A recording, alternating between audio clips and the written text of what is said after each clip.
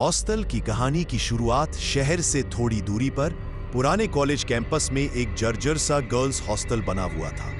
इमारत बाहर से साधारण दिखाई देती थी, लेकिन अंदर जाने पर अजीब सा सन्नाटा महसूस होता। दीवारों पर नमी, छत से झूलते मकड़ी के जाले और पुराने लकड़ी के दरवाजे जो थोड़ी हवा से भी चर चर करने लगते थे, सब माहौल को भयानक बना देते। कहते हैं कि लगभग 15 साल पहले इस हॉस्टल में पढ़ने वाली एक लड़की की रहस्यमय मौत हो गई थी। उसका नाम रूपा था। कोई कहता वह आत्महत्या थी, कोई कहता हत्या, लेकिन असली सच्चाई आज तक कोई नहीं जान पाया। तभी से इस हॉस्टल को लोग भूतिया हॉस्टल कहने लगे।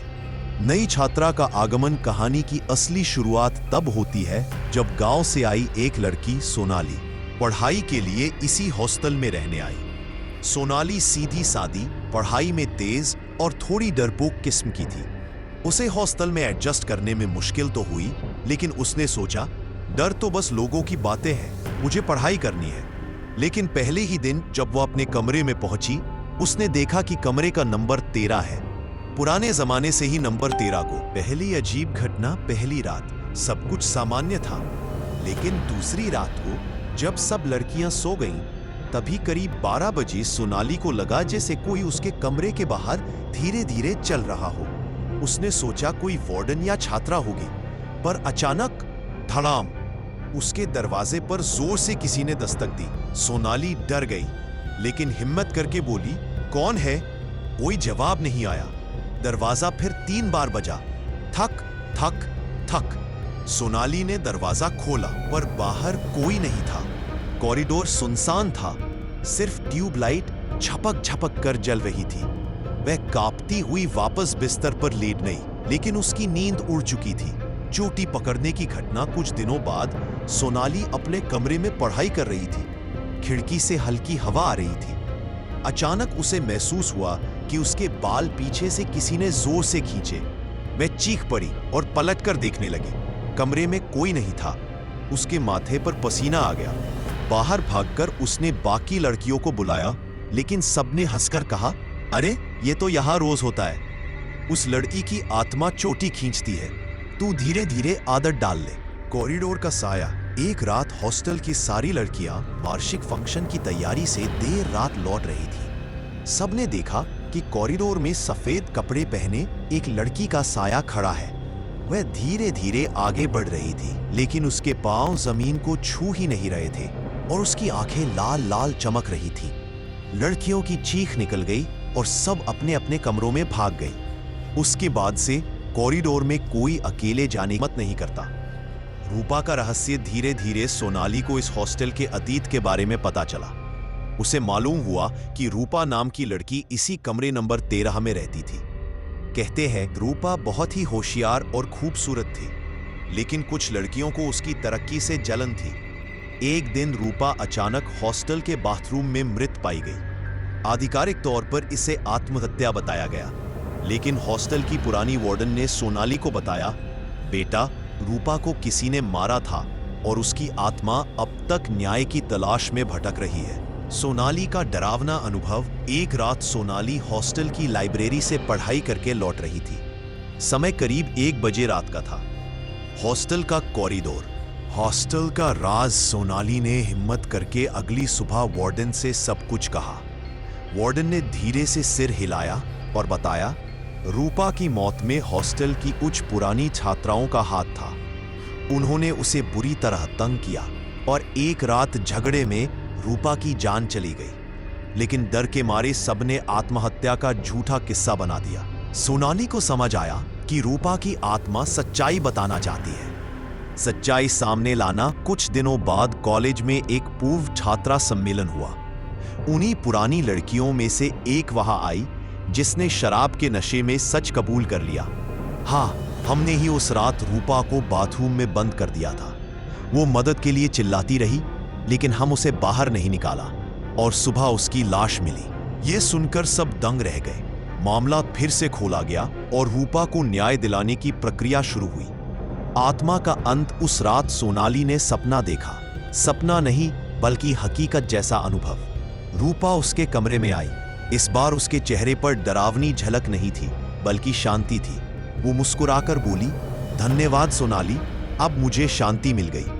और धीरे धीरे वहां, लेकिन फिर भी आज भी कभी कभी आधी रात को हॉस्टल के कॉरिडोर में सफेद साया दिखाई दे जाता है। शायद रूपा पूरी तरह नहीं गई, शायद वह हमेशा के लिए हॉस्टल का हिस्सा बन चुकी रहे। हॉस्टल का नया साया। रूपा की आत्मा के शांत होने के बाद हॉस्टल में माहौल सामान्य लगने लगा।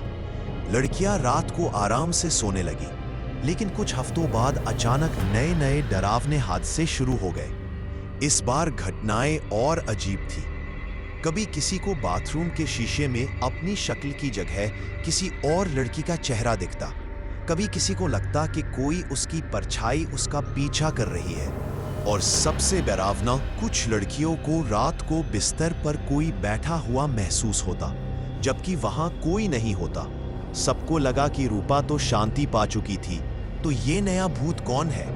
सोनाली की नई परेशानी। सोनाली को अब बार बार एक अजीब सपना आने लगा। वह सपना देखती कि हॉस्टल की छत पर कोई लड़की खड़ी है और कूदने वाली है। जैसे ही सोनाली उसे रोकने दौड़ती, वह लड़की अचानक गायब हो जाती। धीरे धीरे सपनों और हकीकत का फर्क मिटने लगा। एक रात उसने सचमुच छत पर किसी को खड़े देखा। जब वह दौड़कर गई, वहां बस हवा थी, लेकिन जमीन पर गीले पैरों के निशान बने हुए थे। हॉस्टल की पुरानी डायरी। सोनाली ने खोजबीन शुरू की। पुराने रिकॉर्ड खंगालते हुए उसे हॉस्टल की लाइब्रेरी से एक डायरी मिली। डायरी किसी और छात्रा की थी, जो रूपा से भी पहले यहां रहती थी। डायरी के पन्नों में लिखा था, यह हॉस्टल पहले एक मानसिक अस्पताल था। कई साल पहले यहां एक मरीज लड़की ने आत्महत्या कर ली थी। तब से यह जगह श्रापित मानी जाती है। रूपा तो बस उस श्राप का शिकार हुई थी। ये पढ़कर सोनाली के रोंगटे खड़े हो गए। मतलब हॉस्टल में सिर्फ रूपा ही नहीं, बल्कि और भी आत्माएं भटक रही थी। रात का तांत्रिक। हॉस्टल प्रशासन ने घटनाओं से परेशान होकर एक तांत्रिक को बुलाया। रात को तांत्रिक ने पूरे हॉस्टल में हवन और पूजा शुरू की। मंत्रोच्चार के बीच अचानक हॉस्टल की सारी लाइट्स बुझ गई, हवा तेज चलने लगी और दरवाजे अपने आप बंद होने लगे। तांत्रिक चिल्लाया, ये जगह बहुत पुरानी आत्माओं का घर है। इनमें से एक बहुत शक्तिशाली है, जो किसी को भी मार सकती है। इतना कहते ही तांत्रिक जमीन पर गिर पड़ा और उसके गले पर लाल उंगलियों के निशान उभर आए, जैसे किसी ने उसका गला दबाया हो। लड़कियां चीखते हुए भागी। हॉस्टल का सच धीरे धीरे साफ हुआ कि हॉस्टल की दीवारों के पीछे कई और रहस्य दफन थे। रूपा की आत्मा तो सिर्फ एक कड़ी थी। असली भूत वो लड़की थी जो कभी मानसिक अस्पताल की मरीज थी और जिसकी आत्मा अब भी वहीं कैद थी। कहते हैं उसने अपने साथ मरी हुई आत्माओं को भी बांध रखा था, ताकि कोई उसकी सच्चाई बाहर न ला सके। अधूरी कहानी। आज तक हॉस्टल पूरी तरह खाली नहीं हुआ। कुछ छात्राएं डरकर हॉस्टल छोड़ गईं, लेकिन कुछ मजबूरी में अब भी वहीं रहती हैं। रात को कभी अचानक पंखे अपने आप चलने लगते हैं, कभी खिड़कियों पर खून जैसे धब्बे दिखाई देते हैं, कभी किसी कमरे में हंसी सुनाई देती है, तो कभी किसी को लगता है कि कोई उसके बिस्तर के पास खड़ा है। सब कहते हैं रूपा को तो शांति मिल गई, लेकिन असली आत्मा अब भी जिंदा है, और जब तक उसकी अधूरी कहानी सामने नहीं आती, हॉस्टल हमेशा भूतिया रहेगा। सोनाली की खोज। सोनाली अब बस डर से भागने वाली छात्रा नहीं रही। वह तय कर चुकी थी कि हॉस्टल के भूतिया रहस्य को सुलझाना है। एक रात सभी छात्राएं सो चुकी थीं। सोनाली ने टॉर्च और पुरानी डायरी लेकर हॉस्टल की तहखाने की ओर कदम बढ़ाया। तहखाना जमीनी तल से नीचे था। नीचे उतरते ही ठंडी हवा और अजीब गंध ने उसका दिल तेज धड़कने लगा।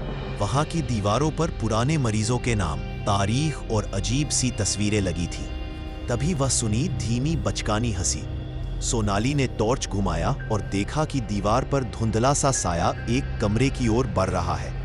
कमरे का रहस्य। सोनाली कमरे के अंदर घुस गई। कमरे में पुरानी पंखियां टूटी हुई, फर्नीचर बिखरा हुआ और दीवारों पर खून के निशान थे। तभी सामने वाले कोने में देखा सफेद पोशाक वाली लड़की। यह वही नहीं थी जो रूपा थी, यह असली भूत थी जिसे रूपा की आत्मा ने पकड़ कर रखा था। लड़की धीरे धीरे बोली, तुमने इसे क्यों खोजा? यहां से भाग जाओ, वरना तुम भी मेरी कैद में आ जाओगी। सोनाली ने हिम्मत दिखाई, मैं डर नहीं रही, मैं जानना चाहती हूँ कि यहाँ क्या हुआ। आत्मा की कहानी भूत ने कहानी सुनाई। मैं वही लड़की हूँ जो मानसिक अस्पताल में मर गई थी। मुझे मार दिया गया, लेकिन मेरी आत्मा कभी मुक्त नहीं हुई। हॉस्टल के पत्थरों में मेरी आत्मा कैद हो गई। रूपा आई, उसे मुझे दिखा दिया गया और वह मरने से बच गई। पर मैं अब भी यहाँ हूँ, और अब तुम आई हो। तुम मेरी सच्चाई सबको बताओगी तो मैं शांति पा जाऊंगी। सोनाली ने वादा किया। न्याय की तैयारी। अगले दिन सोनाली ने हॉस्टल प्रशासन, कॉलेज के पुराने रिकॉर्ड और मीडिया की मदद ली। उन्होंने हॉस्टल के तहखाने में छुपे सच और पुरानी आत्माओं के प्रमाण सबके सामने रख दिए। कुछ ही दिनों में पुलिस और मीडिया ने जांच शुरू कर दी। हॉस्टल का काला इतिहास सबके सामने आया। आत्मा की शांति। अंत तक असली भूत को न्याय मिला। उसने सोनाली से आखिरी बार कहा, अब मैं जा रही हूं और इस जगह को शांति मिलेगी। सोनाली ने देखा कि वह धीरे धीरे हवा में घुल गई। हवाएं शांत हो गईं, दरवाजे नहीं खटखटाने लगे और पंखे रुक गए। लेकिन हॉस्टल अब भी पुराना और सुनसान है। कहते हैं, अगर आप आधी रात को ध्यान से सुनो तो कभी कभी हल्की हंसी सुनाई देती है, जैसे आत्माएं अपनी कहानी सुनाना नहीं भूलती।